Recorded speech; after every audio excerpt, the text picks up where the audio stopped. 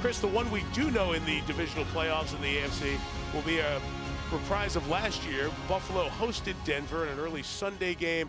Bo Nix on the road. They lose that game. The Bills won. Now Buffalo has to go to Denver to take on the number 1 seed Broncos. Yeah, and really a completely different game now because Jacksonville had been so hot offensively, right? And so Josh Allen and company had to go down there, try and match points. They did come out of there with the win. Now they go to Denver. A little different weather out there. They're probably used to coming from Buffalo.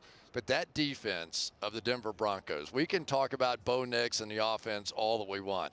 But it is really Jonathan Cooper and Zach Allen and Nick Bonito and Pat Surtain, all those guys on that defense that if they're going to win it all, which is the number 1 seed, you got to pay attention. The 2 number 1 seeds both have great defenses. Yeah. So what are we going to see in these playoffs, right? Are we going to see some quarterback, a Josh Allen, throw it all around the park and who knows what's going to happen? Or one of these defenses just going to carry them right through to San Francisco in a title? 16-3, 11 sacks. You know what Seattle and Denver doing? They're kicking their feet up all weekend. They were just hanging out, watching everybody right now.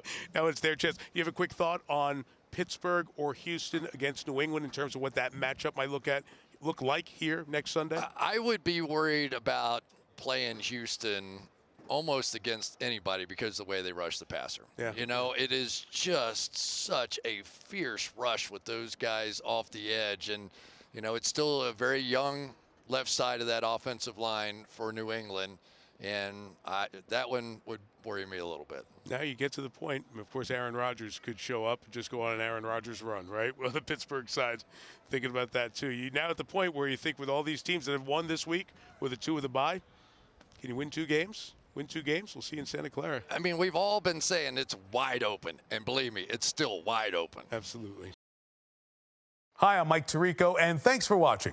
Make sure to hit subscribe for the latest news and highlights from NBC Sports.